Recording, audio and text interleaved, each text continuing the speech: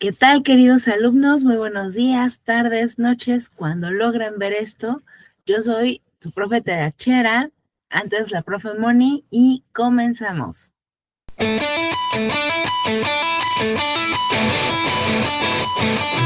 Si eres alumno mío de forma presencial, muy seguramente te he hablado de la investigación cuantitativa, ¿sale? Y te he explicado, probablemente, que esto lleva una cuestión numérica, pero creo que es importante que entendamos de manera profunda qué es la investigación cuantitativa, cuál es su perspectiva epistemológica y que de esta manera podamos realizar una delimitación del tema que estés investigando. Y claro, si no eres alumno mío presencial o en alguna de las escuelas en donde yo doy clase, pues bueno, espero que este video también te sirva y sobre todo que puedas entender el enfoque que se le da a la investigación cuantitativa.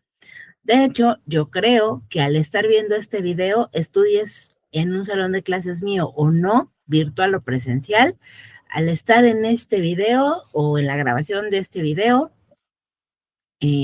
pues ya te conviertes en un alumno mío. Así que, alumno en cualquier parte del mundo y del país donde te encuentres, un saludo desde el Estado de México, que es en donde yo me encuentro, y recibe mucho cariñito. Ahora, pues vamos a entender qué es la investigación cuantitativa, ¿sale? Ya hemos hablado de que la investigación como tal, o sea, ya no cualitativa, cuantitativa, o sea, la investigación en sí, vamos a entenderlo como ese proceso sistemático, es decir, ordenado con un conjunto de pasos para poder obtener y analizar datos sobre un tema específico.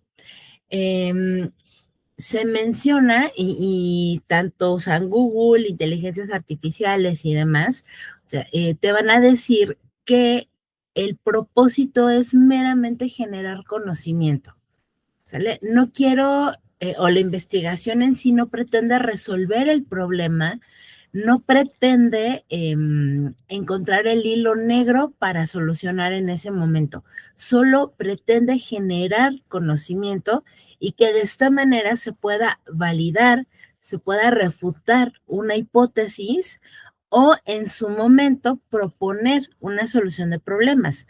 ¿Sale? Yo aquí en esta diapositiva te pongo que sí busca resolver un problema porque, pues, qué carambas, o sea, ¿de qué me sirve saber tanto? Y siempre lo digo en mis clases presenciales. ¿De qué me sirve saber tanto si no puedo aplicarlo para resolver un problema? La diferencia entre una persona sabia y una persona inteligente es que la persona sabia sabe un montón, por no decir que sabe un chingo. ¡Diablos, señorita! Pero, ¿de qué le sirve saber un montón si no lo sabe aplicar? Y es ahí donde una persona inteligente tiene el conocimiento, pero al mismo tiempo sabe cómo aplicarlo de manera práctica para la solución o para la resolución de un problema. Y es aquí donde, en mi muy no tan humilde opinión, podemos decir que la investigación también busca resolver un problema. De esta manera, pues bueno, hay que diferenciar en que una investigación como tal, el efectuar una investigación no resuelve el problema, pero te da el conocimiento y te da las bases para que puedas resolver el problema. ¿Sale? Con la mera obtención de datos no resuelves nada, solo tus dudas, ¿sale? Pero no resuelves como tal el problema.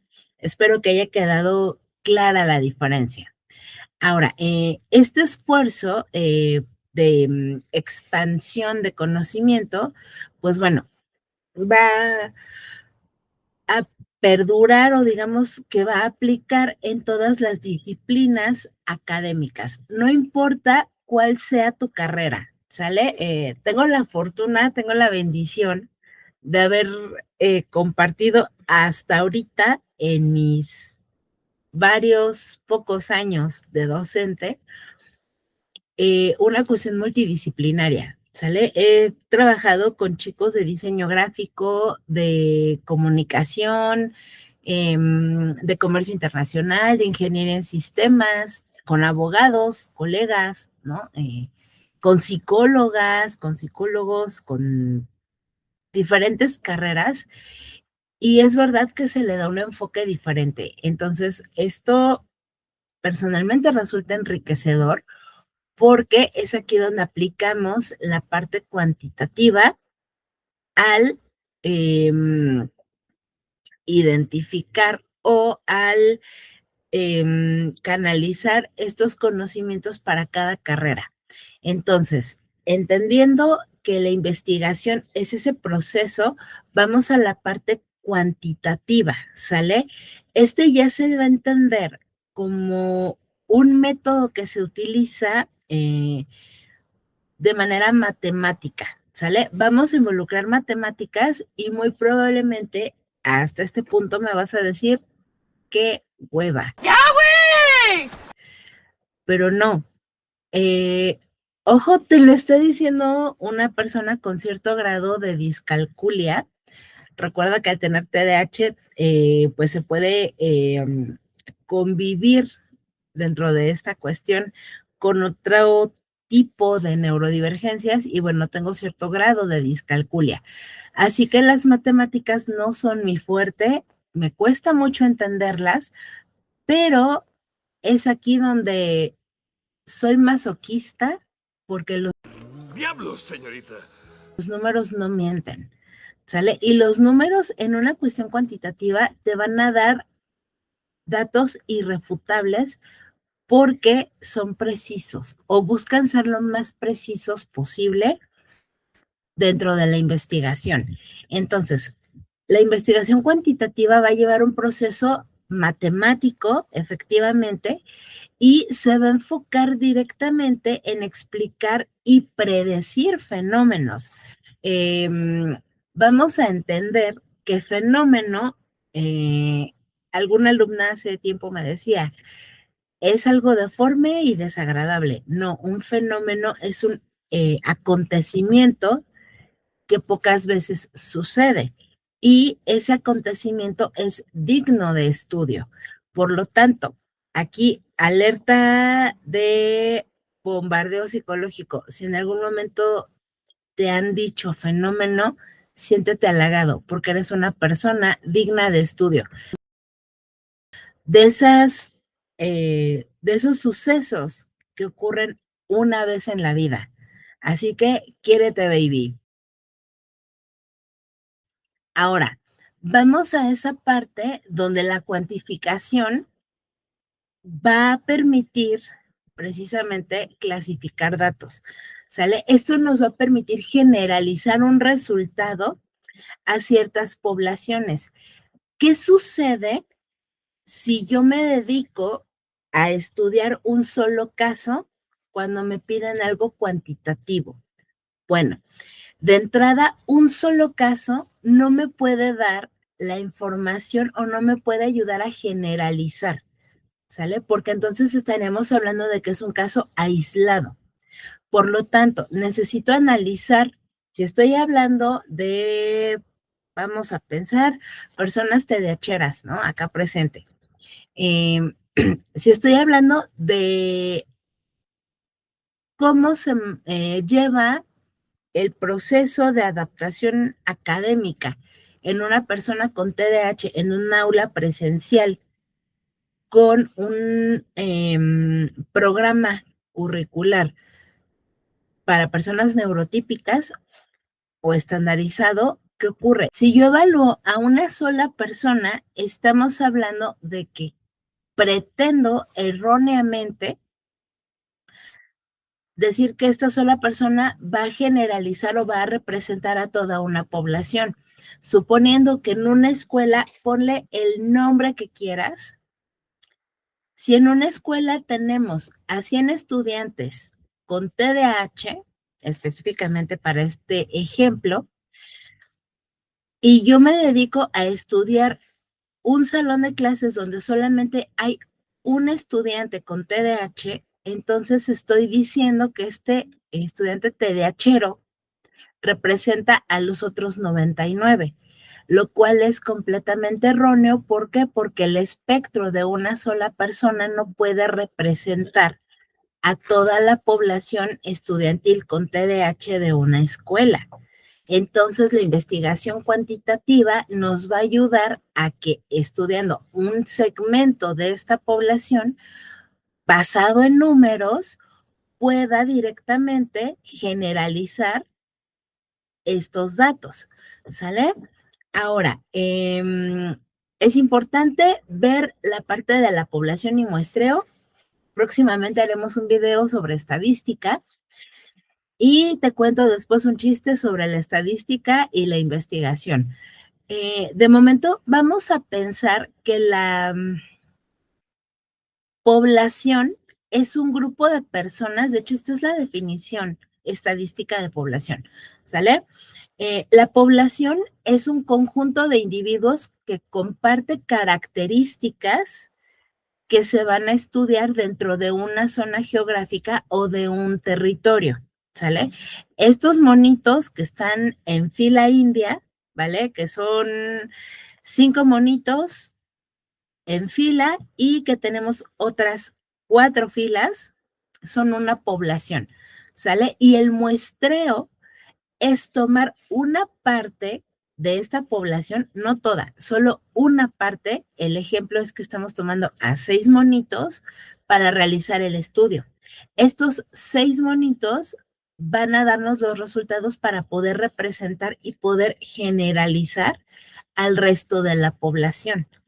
Esa es la parte donde la investigación cuantitativa hace su trabajo.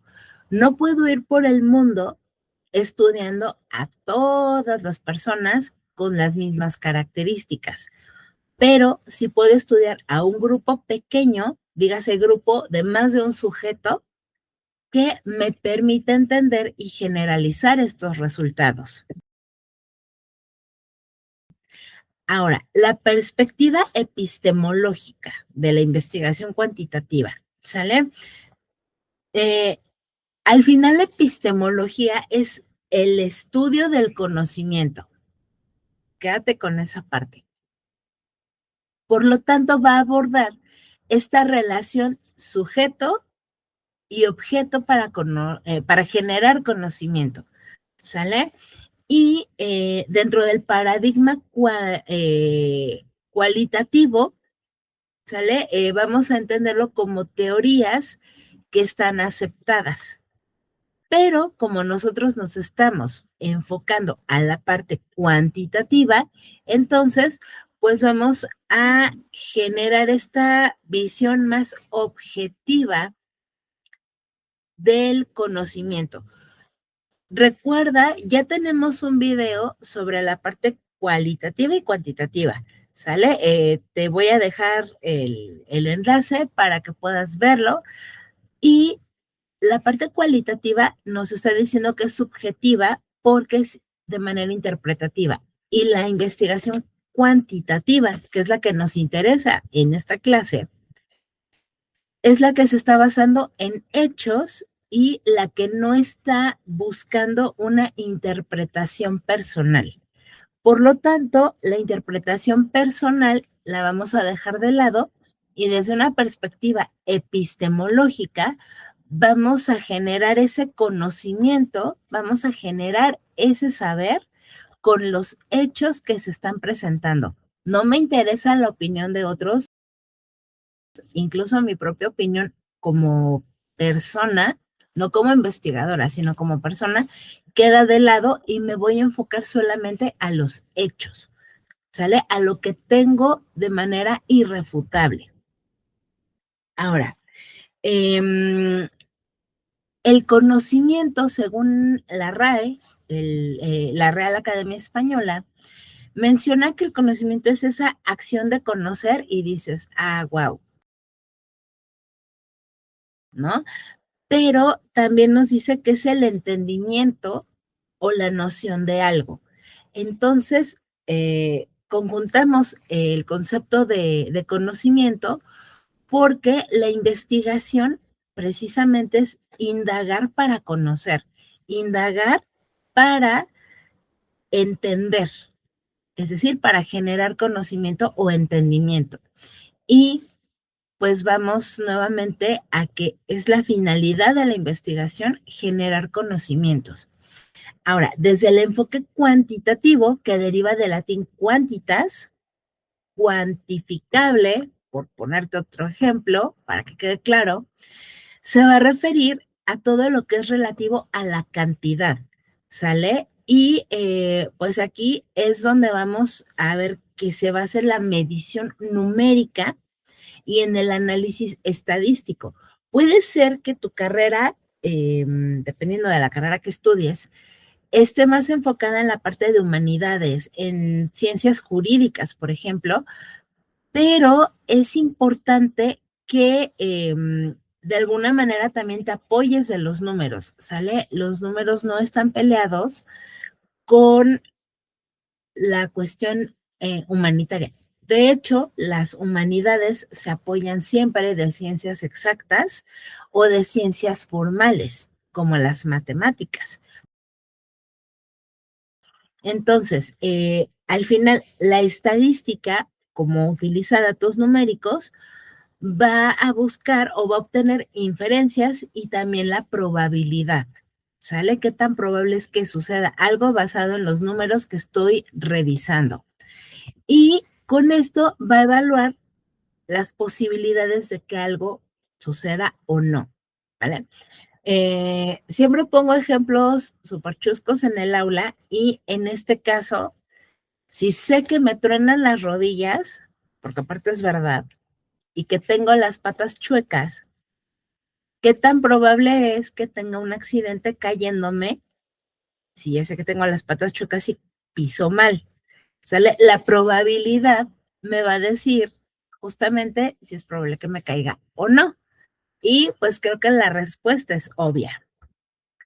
Y sí, por eso tengo tantas cicatrices en las rodillas. Y sí, en parte por eso no uso vestidos.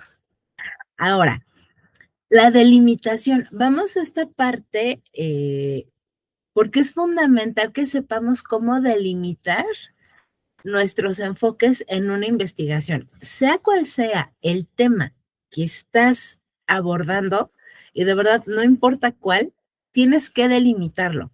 ¿Por qué? Porque las poblaciones no son las mismas. Si te quieres enfocar a todo México, porque obviamente esta clase se está grabando en México, si te quieres enfocar a la población mexicana, es súper amplio el campo de investigación cuantitativa, porque no son el mismo tipo de población en el Estado de México, que es en donde yo resido, al Estado de Sonora, donde hay condiciones económicas, sociales, climatológicas y un largo, etcétera, que se están compartiendo allá.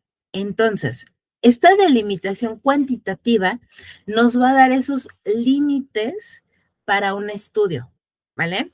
Y aquí vamos a definir cuáles son las variables, aquí vamos a definir qué población vamos a elegir, es decir, en dónde vive, incluso si tú decides, por ejemplo, hacer un estudio del Estado de México, debes considerar que son 123 municipios o algo así, ¿sale? Son muchos municipios y los municipios no comparten características, ¿sabes?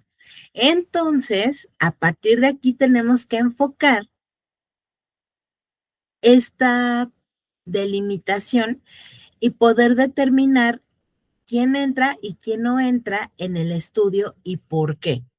Esto va a asegurarnos la viabilidad y la especificidad de nuestro análisis. ¿Qué sucede? Si eres alumno presencial mío, muy seguramente te regresé el trabajo en clase porque hiciste una delimitación muy amplia. Por ejemplo, voy a analizar el número de veces que las personas fueron detenidas en moto en el Estado de México. Ajá. el Estado de México, ¿cuántos municipios tiene? ¿Sale? Y cuántas personas viven en el Estado de México. No te va a dar la vida para poderlas entrevistar a todas, para reunir la información de todas. Entonces, vamos a delimitarlo. Ok, te puedes ir a un municipio o te puedes ir a una colonia específica o puedes hacerlo incluso de una sección de colonia específica, ¿vale? Y esto te va a ayudar a que el dato sea más preciso, porque, repito, hay que delimitar la población a la cual te vas a enfocar.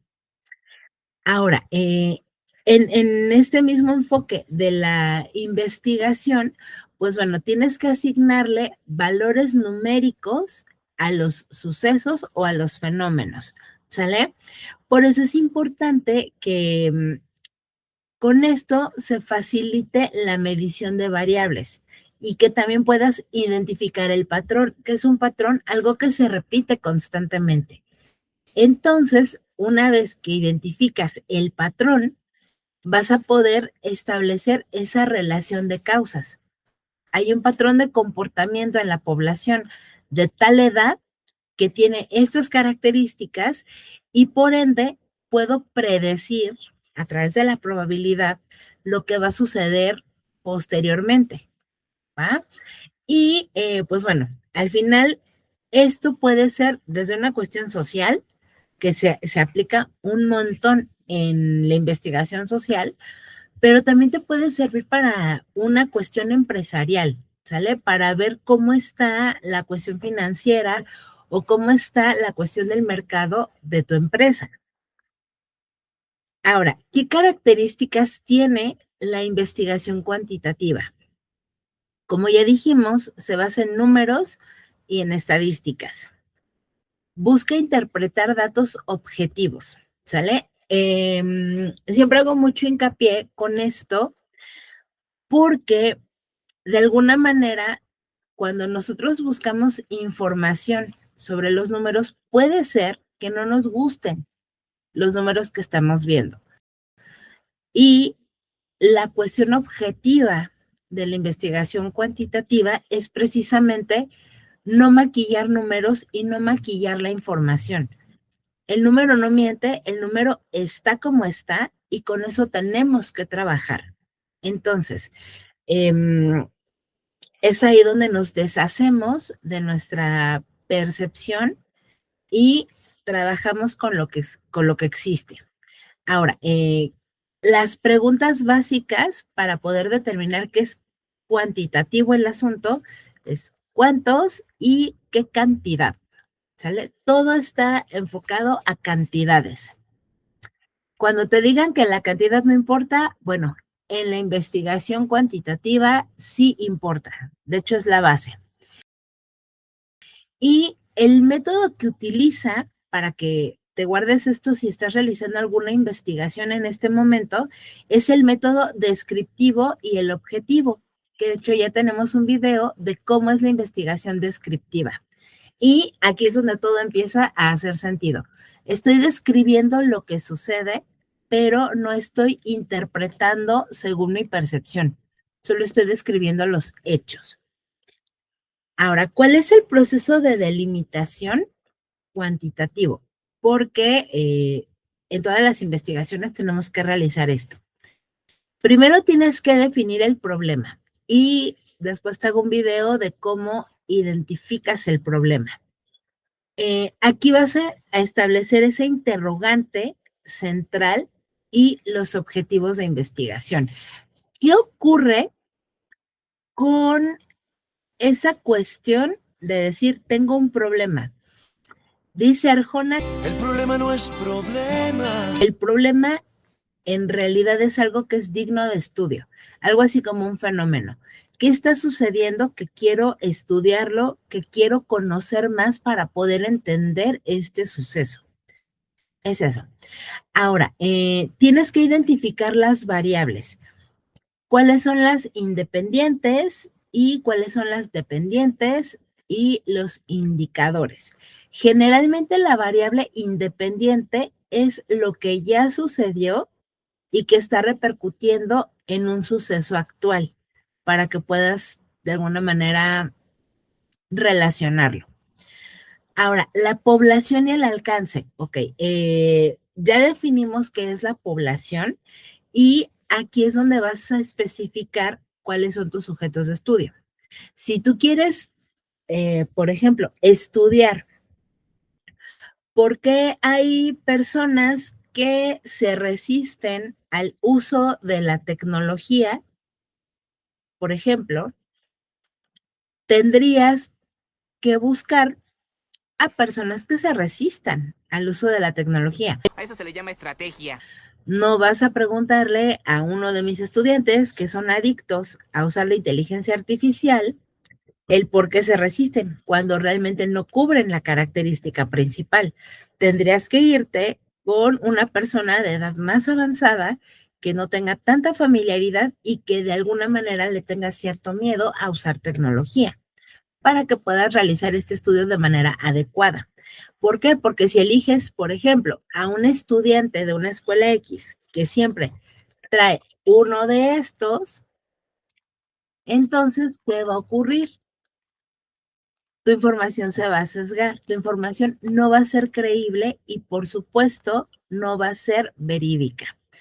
Por eso tienes que delimitar en tiempo y en espacio, ¿vale? No vas a hacer una investigación de manera eterna o de manera permanente. Por lo tanto, delimitas el espacio y delimitas el tiempo, de cuándo a cuándo lo vas a realizar y durante cuánto tiempo. Ahora, vas a justificar también tus decisiones. ¿Cómo? Vas a argumentar la pertinencia y la viabilidad, ¿sale? Para esto, ocupas precisamente la delimitación que ya habías propuesto en el paso anterior, para que de esta manera puedas argumentar, esto pertenece a un tema cuantitativo y es viable por A, B, C, D que ya estableciste previamente. Ahora, te voy a dar algunos ejemplos de delimitación para que quede más claro y que de ser posible ya los apliques directamente en tu tema de investigación, sea cual sea, sé que te va a quedar padrísimo. Ahora, la parte espacial es una región o una ciudad específica. Repito, no puedes hacer la investigación en todo México porque si tienes 4, 2, 6 meses, no te va a dar el tiempo, ¿sale? Delimita a una región o ciudad específica. ¿Puede ser colonia? Sí. ¿Puede ser municipio? También, sin problema.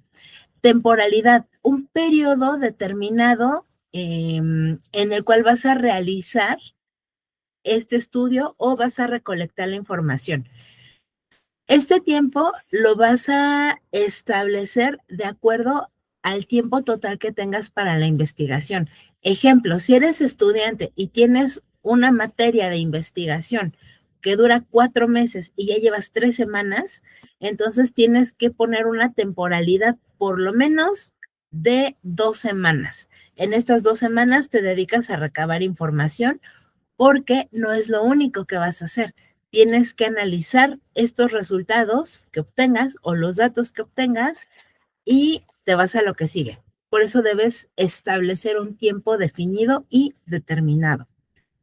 Ahora, la población, un grupo con el cual vas a trabajar. Aquí, pues, por ejemplo, puse un grupo de hipertensos. Si quieres estudiar sobre hipertensión, pues, ¿a quién le tendrías que preguntar? ¿No? Pues a los hipertensos. Entonces, también tienes que establecer las variables. En este caso, si nos vamos al tema de los hipertensos, pues bueno, ¿cuánto café consumes y cuál es la presión sistólica que manejas? No puedo preguntarles cosas que no tienen que ver con la investigación, ¿sale? De hecho, aquí también podríamos establecer como variables los hábitos saludables y los hábitos alimenticios que manejan, porque claro, si eres hipertenso y te la pasas comiendo sopas instantáneas, si te la pasas comiendo harinas y bebes muy poca agua, pues, ¿qué crees? Te tengo muy malas noticias. Y esto va a ayudar precisamente a establecer y a entender la parte numérica y la delimitación que se maneja en este tipo de investigaciones. Ahora, metemos aquí, sin importar la carrera que estés estudiando, metemos la parte psicológica. ¿Por qué? Porque de alguna manera esta va a influir o nos va a ayudar a estudiar el comportamiento, además de la sociología y la antropología, ¿sale? Nos va a ayudar a entender y a estudiar el comportamiento humano. Y esto al final nos va a permitir ser más flexibles con nuestras investigaciones y que de esta manera podamos realizar un análisis que tenga más referencias o que tenga una cuestión crítica sobre la viabilidad de nuestro estudio. Sin importar qué carrera curses, vamos a necesitar apoyarnos de la psicología, de la antropología y, por supuesto, de la cuestión histórica. Ahora, ¿cuál es ese proceso de un enfoque cuantitativo? Bueno, este proceso consiste en probar una hipótesis numérica y estadística. Tiene un carácter de secuencias y lleva estructura. De hecho, si tienes cerebro lógico, este tipo de investigación es ideal para ti. Y desde una idea, o puede, digamos, parte de una idea hasta el reporte de resultados, pero siempre siguiendo esta secuencia lógica. Maneja variables, sí, y el diseño de investigación es riguroso, es estructurado y aunque todas las investigaciones y todos los tipos de investigación llevan un rigor, esta es como especial en esa parte. Ahora, ¿cuál es el alcance de los estudios cuantitativos? Ok, el alcance puede ser exploratorio, ¿sale? Puedes indagar en problemas que se han estudiado poco. Puedes hacerlo de manera descriptiva porque mides variables específicas. Puedes hacer una investigación con alcance correlacional, donde vas a asociar variables de manera numérica. Y puedes explicar, es decir, puedes determinar las causas de un fenómeno, ¿sale? Este es el alcance que puedes manejar con un estudio cuantitativo. Ahora, puedes hacer dos tipos de diseño. Puedes hacerlo no experimental si haces el enfoque cuantitativo o puedes hacerlo no experimental, ¿sale? El no experimental nos dice que no hay una manipulación de las variables, ¿sale? Tengo mis variables establecidas, pero no voy a estar manipulándolas para obtener resultados. De hecho, cuando se manipulan resultados, por lo regular sí, cuando se manipulan variables, el resultado está sesgado, porque yo estoy controlando la experimentación. Entonces, aquí en la parte no experimental se observa el fenómeno en el entorno natural para poderlo analizar. De hecho, aquí va muy inmersa la parte de la investigación de campo, que ya en otro video explicamos. Y de igual forma, puede ser de manera exploratoria, puede ser descriptiva, correlacional, como ya habíamos mencionado. Y vamos a evaluar el cambio, ya sea de tendencia o de evolución. Por su parte, el diseño experimental aquí sí va a implicar que se manipulen las variables, por lo menos la variable independiente, para poder observar el efecto, ¿va? Y aquí lo vamos a clasificar por el grado de control. Puede ser un preexperimento, que es un control con nivel mínimo, o puede ser un cuasi experimento, que es control intermedio, y el experimento puro, que es un control total, ¿sale? Esto nos va a dar una asignación aleatoria y pues sí hay un mayor poder explicativo, pero reitero que una vez que haces un control o manipulación de las variables, puedes sesgar el resultado. Por lo tanto, recomiendo, dependiendo de tu tipo de investigación, ocupa el diseño no experimental. Si consideras que requieres del diseño experimental, vas. Ahora, es importante hablar de la parte ética. Ya también tenemos otro video sobre los principios éticos de la investigación de manera general. Primero que nada debemos ser objetivos, ¿sale? Es súper esencial que seamos objetivos sin hacer una manipulación para obtener el resultado que queremos. Una cosa es que quieras hacer una manipulación de variables y de experimento para poder explicar un resultado o para poder explicar un fenómeno, y otra que quieras manipular el resultado a lo que quieres que resulte. Es muy diferente.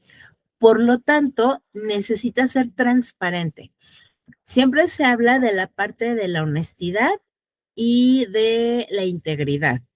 En este caso, la honestidad es hacer lo correcto, ¿vale? Pero la integridad es hacer lo correcto aunque nadie te esté viendo. Y en cualquier tipo de investigación necesitas ser íntegro. Bueno, en general en la vida, pero vamos a enfocarnos en la investigación. Entonces, necesitas ser transparente porque esto te está permitiendo que analices adecuadamente los datos puros que vas a obtener, ¿sale? Y que puedas realizar una descripción detallada de este proceso analítico. Por lo tanto, si eres íntegro y si eres transparente con esta investigación que estás realizando, puedes reproducirla nuevamente y puedes confirmar el resultado. Esa es la magia de la investigación cuantitativa.